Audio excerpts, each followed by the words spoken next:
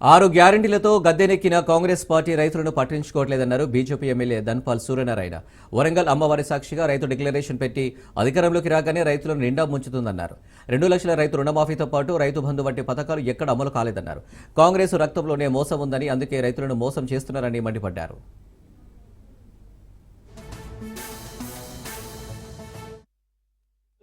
లో 420 హామీలతోటి గద్దెనెక్కిన ఈ కాంగ్రెస్ ప్రభుత్వము దేశానికి వెన్నుముకైన రైతుల విషయంలో వరంగల్ డిక్లరేషన్, భద్రకాళి అమ్మవారి సాక్షిగా రైతుల డిక్లరేషన్ డిక్లేర్ చేయడం జరిగింది. రైతుల గురించి మేము 2 లక్షల రుణమాఫీ చేస్తాం. అప్పటి బీఆర్ఎస్ ప్రభుత్వం 10 సంవత్సరాల కాలంలో 2 లక్షలు పూర్తిగా రుణమాఫీ చేయలేదు. రైతు భరోసా వాళ్ళు 12,000 ఇస్తే మేము 15,000 ఇస్తాం.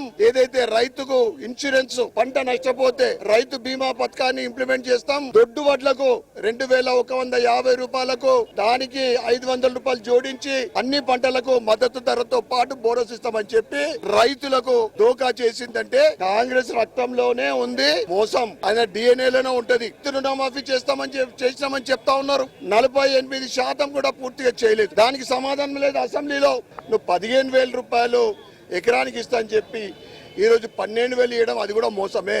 రైతు కౌలుదారులకు 12,000 రూపాయలు ఇస్తా అని చెప్పి ఈరోజు అన్ని రకాలుగా మోసం.